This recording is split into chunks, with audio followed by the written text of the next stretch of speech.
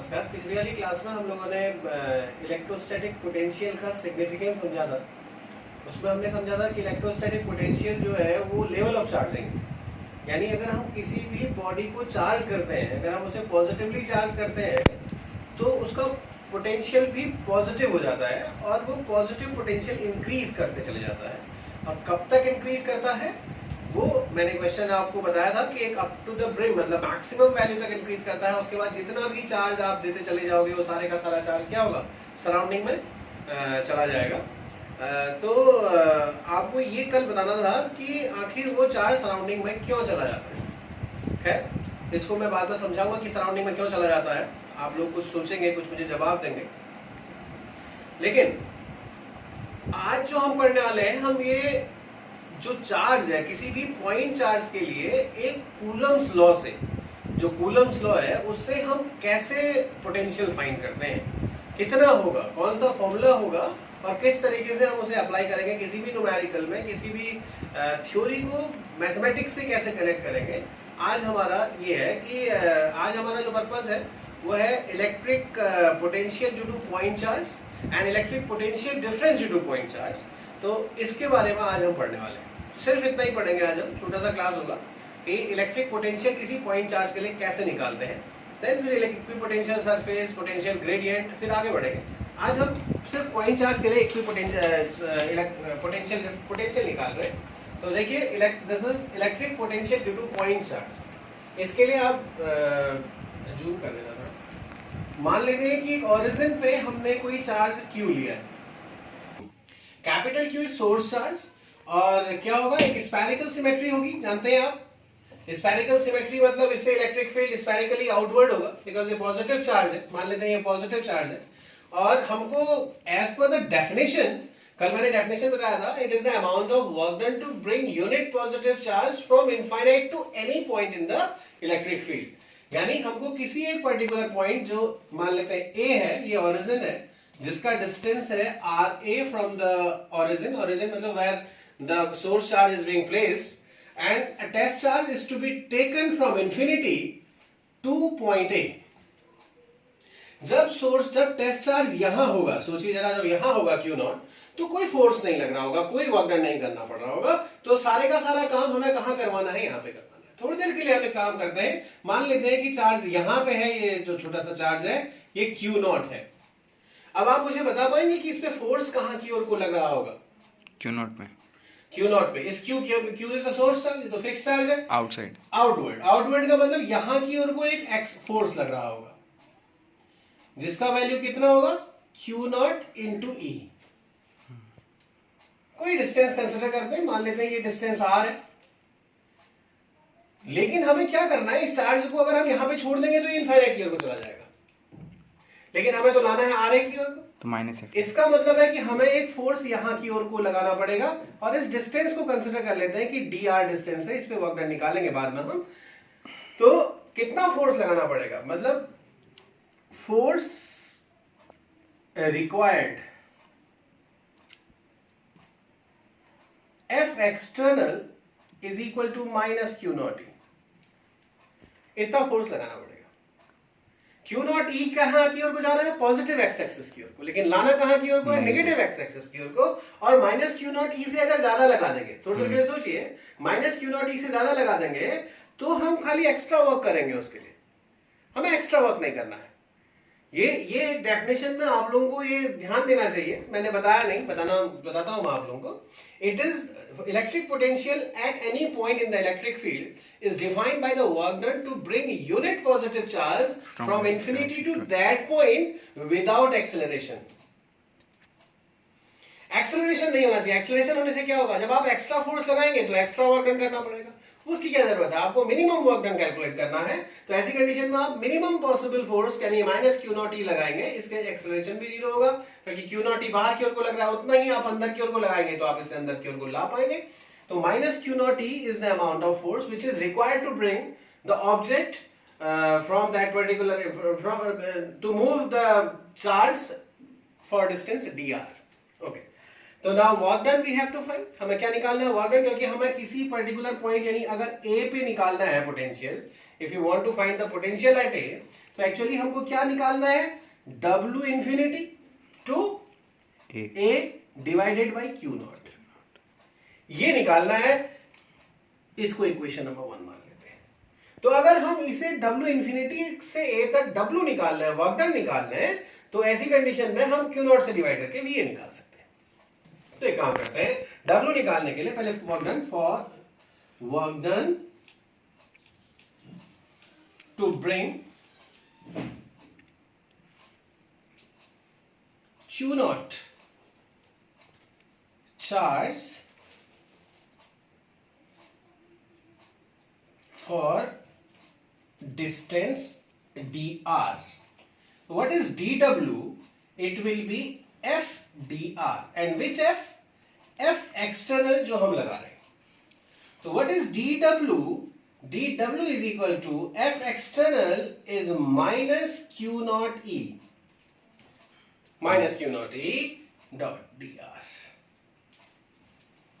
Integrate कर देते,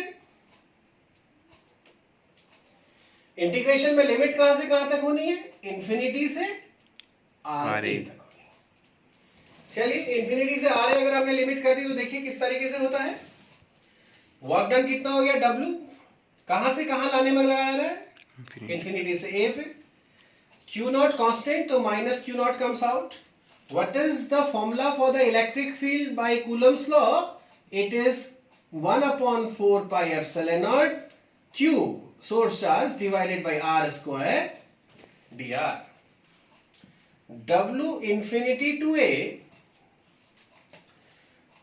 upon Q naught, क्योंकि हम जानते हैं W infinity to A upon Q naught भी ये निकल आने वाला है, is equal to minus 1 upon 4 pi epsilon naught comes constant, Q is also constant, integration के अंदर आ गया R minus 2 dr। कहां से कहां तक, इंफिनिटी से आर ए। W इसको मैं VA लिख सकता हूं from equation number 1, minus 1 upon 4 pi epsilon nought Q, इसको लिख सकता हूं भाई I minus 2 plus 1 divided by minus 2 plus 1, कहां से कहां तक, इंफिनिटी टू आर ए। देखिए minus 2 plus 1 is what, minus 1, and when this minus 1 multiply by this minus, तो प्लस साइन विल कम। तो VA का वैल्यू क्या आ गया, जरा देखिए, VA का वैल्यू आ गया 1 upon 4 pi epsilon nought Q upon RA, because it is 1 upon RA minus 1 upon infinity. तो व्हाट इज VA?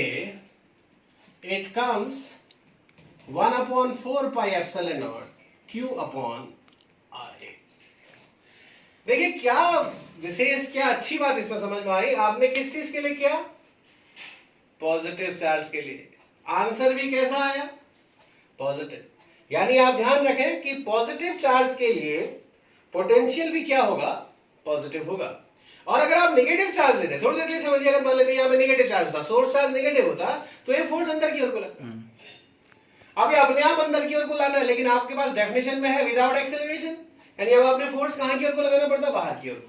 यानी माइनस चार्ज के लिए आपके पास यहां माइनस Q नॉट E के बजाय प्लस Q नॉट E होता, और यहां पे प्लस साइन के बजाय यहां पे प्लस होता, और वो नीचे माइनस 2 प्लस 1 वाला जो माइनस साइन है वो उसे क्या कर देता है, इसे माइनस कर देता है। यानी नेगेटिव चार्ज के लिए पोटेंशियल नेगेटिव होगा और पॉजिटिव चार्ज के लिए पोटेंशियल पॉजिटिव होगा। इसी को द सेम डेरिवेशन हम क्या करने वाले हैं, इलेक्ट्रिक पोटेंशियल डिफरेंस के लिए कर देने वाले हैं।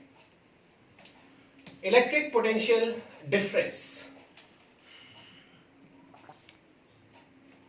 देखिए अभी क्या है, एज पर द डेफिनेशन अगर आपको याद हो तो आपने क्या करना था, चार्ज को इंफिनिटी से नहीं लाना है। As per the definition the electric potential difference between 2 points in the electric field is defined by the work done to move unit positive charge between these 2 point without any acceleration. तो यानी we have 2 points, एक point जो infinity था वो कैसा हो जाएगा, B, और ये डिस्टेंस यहां से लेके यहां तक क्या हो जाएगा, RB। ओके, अब B से लेके A तक में आपने कोई डिस्टेंस dr कंसीडर कर लिया। What is it is Q not, and what is the force acting on that, force will be Q not E in which direction, in this direction, but the charge is to be bring from B to A, so what is the force required, minus Q naught E। तो VA is equal to, अब ये क्या हो जाएगा भाई, ये हो जाएगा B. WBA upon Q nought. क्या हो जाएगा? WBA। Work done to bring the charge at a distance dr the same, but the limit will be RB to RA. तो this infinity will be RB. This minus sign, this is RB. It is RB, and it is RB. So what comes? It comes VA minus VB. Final minus initial. Final potential कहां पे होगा? A पे। Initial potential कहां पे होगा? B पे। VA minus VB is equal to Q 1 upon RA minus 1 upon RB. So this is the expression for potential difference. हम तो B से A में ला रहे हैं। हाँ, तो B से A में ला रहे हैं, तो A फाइनल पोजीशन हुई और B कौन सी हुई? इनिशियल। तो VA minus VB निकला हमारा। तो ये इंफिनिटी से A के बजाय कहां हो जाएगा? B से A हो जाएगा। यानी इस एक्सप्रेशन को जब आप पहले एक्सप्रेशन को पढ़ लेंगे तो इस एक्सप्रेशन को भी आप आसानी से समझ पाएंगे। अब आप देखें, इन दोनों के लिए मैं आपको एक बहुत इंपॉर्टेंट चीज बताता हूं। देखिए, देखें आप, अगर मैं वेरिएशन ड्रॉ करूं तो इलेक्ट्रिक फील्ड का वेरिएशन था 1 अपॉन आर स्क्वायर, याद आ रहा होगा आपको, के क्यू बाई आर स्क्वायर। और पोटेंशियल का वेरिएशन क्या है भाई? 1 अपॉन आर। तो अगर मैं ई और आर के बीच में ग्राफ ड्रॉ करूं तो कैसा आना चाहिए? Rectangular hyperbola. ऐसा होना चाहिए। तो ये किसको रिप्रेजेंट कर रहा है? E is proportional to 1 upon r square. लेकिन अगर मैं V को भी इसी में रिप्रेजेंट करना चाहूं, एक और ग्राफ ड्रॉ करना चाहूं, तो मुझे बताइए इसके नीचे आएगा या इसके ऊपर? इसके ऊपर। इसके ऊपर आएगा। क्यों आएगा भाई इसके ऊपर, जरा बताइए? क्योंकि पावर कम है ना। क्योंकि इसका स्लोप कम होगा। पावर कम होने की वजह से स्लोप क्या होगा? कम होगा। कम होगा। जब आप इससे स्लोप बनाएंगे तो स्लोप किसका ज्यादा बनेगा? स्लोप मतलब पॉजिटिव एक्स एक्सिस से tan थीटा, और ऑब्ट्यूज में घटता है। ऑब्ट्यूज में क्या होता है? घटता है। तो अगर आपके पास एक कोई ग्राफ आ जाए एक ही में कि पूछे कि कौन सा E होगा और कौन सा V होगा, तो आप ऐसे बना सकते हैं। और साथ ही साथ E और V का, अगर आप E का 1 अपॉन आर स्क्वायर के साथ ग्राफ ड्रॉ करेंगे तो it will be straight line. और अगर V का 1 अपॉन आर के साथ ग्राफ ड्रॉ करेंगे तो it will be straight line. But charge कैसा होना चाहिए? पॉजिटिव। लेकिन अगर चार्ज नेगेटिव है तो उल्टा बन जाएगा। तो ये ग्राफ कौन सी एक्सिस पे? अब पोटेंशियल नीचे आ जाएगा। नेगेटिव चार्ज के लिए फोर्थ क्वाड्रेंट पे आएगा। याद रखिएगा, अगर आपके पास नेगेटिव चार्ज है, आपने ऐसे बना लिया और खुश हो गए कि आपने सही बनाया है, तो गलत होगा। तो this is the variation number 1। अब दूसरी और इससे ज्यादा इंपॉर्टेंट, पोटेंशियल तो निकाल लेंगे आप। जब भी आपके पास कोई भी चार्ज दे रखा होगा तो पोटेंशियल निकालने का तरीका है 1 upon 4 pi epsilon nought Q by r square, Q by r. और स्केलर क्वांटिटी है तो और कोई दिक्कत ही नहीं है। प्रॉब्लम आएगी अगर आपके पास इलेक्ट्रिक फील्ड होता तो Q by r square. Problem आएगी जब आप सुपरपोजिशन निकालेंगे। जैसे मान लेते हैं सुपरपोजिशन का मतलब मैनी चार्जेस। एक प्रॉब्लम आया आपके पास, Q minus Q plus Q minus Q. You will have to find the potential at this point, and this is a square of side A. What is the potential at that point? अभी क्या? The same steps you will have to follow. It is a scalar quantity. तो यहाँ पे direction नहीं दिखानी पड़ेगी आपको। सबसे पहले काउंट, रिप्रेजेंट करने की आवश्यकता नहीं है। फिर क्या होता था? इंडिविजुअल तो फाइंड करना ही पड़ेगा। और लास्ट में जो वेक्टर सम करते थे हम लोग, वहां पे एल्जेब्रिक सम। तो देखिए जरा, इसको जरा देख लें। अगर आपने ये डिस्टेंस है तो ये x होगा, सारे के सारे बराबर होंगे। आप अभी नहीं कैलकुलेट कर रहे हैं, वैसे तो a√2/2 होगा, मैंने x मान लिया। इट विल बी a√2/2, आप जान रहे हो, क्योंकि डायगोनल जो होता है वो साइड √2 होता है। तो अब आप मुझे बताओ कि इसका पोटेंशियल कैसे होगा भाई, बताइए। V is equal to V1 plus V2 plus V3 plus V4। पक्का? अब देखिए, ध्यान से सुनिए मेरी बात को। V1 मान लेते हैं ये A है, ये B है, ये C है और ये D है। तो A B C D। तो what is EVA? K Q upon x। Positive या नेगेटिव? पॉजिटिव, क्योंकि चार्ज कैसा है?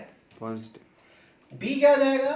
K Q upon x। Minus क्यों? क्योंकि चार्ज माइनस है। मैं अभी थोड़ी देर पहले आपको बताया, if the charge is positive, the potential is positive. If the charge is negative, the potential is negative. Third is positive, KQ by x. Fourth is negative. Negative KQ by x. So what is this? This is zero. The potential is zero. So it is the algebraic sum. And the second thing, बहुत ही important thing. अब इसी के लिए मैं आपको एक question हमेशा 3 number पे आता है. It comes in 3 marks. देखिए मैं आपको बताता हूँ. मान लेते हैं यहां पे एक चार्ज है 4e, यहां पे एक चार्ज है -e, और आपसे पूछा है कि where the potential will be zero. ऐसा क्वेश्चन आपने किस में भी किया है? इलेक्ट्रिक फील्ड में. उसमें क्या करते थे आप? जब चार्जेस अपोजिट होते थे तो इलेक्ट्रिक फील्ड कहां जीरो होता था? बाहर.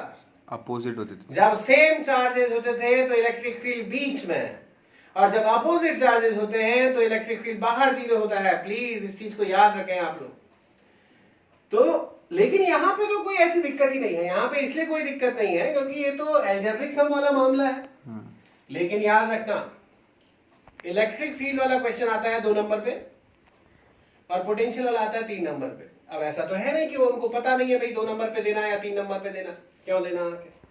अभी ये पॉइंट ए है, ये पॉइंट बी है. आपके पास आपको 2 कैलकुलेट करने पड़ेंगे. एक तो इन बिटवीन कहीं पे, इसको पी मान लेते हैं, और एक बाहर. इसीलिए ये 3 नंबर का होता है. जब भी आप इलेक्ट्रिक फील्ड, इलेक्ट्रिक पोटेंशियल कहां जीरो होगा वाले क्वेश्चन को करते हैं तो 2 पॉइंट के लिए निकालते हैं. एक तो इन बिटवीन, उसके कहीं पे बीच में, और एक बाहर. दोनों ही जगह जीरो मिलेगा आपको. जबकि इलेक्ट्रिक फील्ड क्या होगा? किसी एक ही जगह. अगर अपोजिट चार्जेस होंगे तो बाहर होगा छोटे चार्ज की ओर को, और लाइक चार्जेस होंगे तो इन बिटवीन होगा. तो करके देखते हैं इसे. मान लेते हैं कि यहां से x डिस्टेंस पे जीरो है, तो यहां से कितना हो जाएगा? a minus x. अब कितने पोटेंशियल होंगे p पॉइंट पे? 2 पोटेंशियल होंगे. एक VA और एक होगा VB. इसका वैल्यू कितना होना चाहिए? 0. What is VA? VA का मतलब p पॉइंट पे a के कारण रिप्रेजेंट तो करना नहीं है, तो it will B k into 4e upon x. Charge कैसा है? पॉजिटिव. तो साइन भी कैसा होगा? पॉजिटिव. अब ये चार्ज कैसा है? नेगेटिव. तो हो जाएगा k e upon a minus x is equal to 0. बताइए, k कॉमन आ गया, e कॉमन आ गया, ब्रैकेट में क्या बचा? 4 upon x minus 1 upon a minus x is equal to 0. k 0 में चला गया तो 4 upon x is equal to 1 upon a minus x. तो a minus x upon x is equal to 1 upon 4. a upon x minus 1 is equal to 1 upon 4. a upon x is equal to 5 by 4.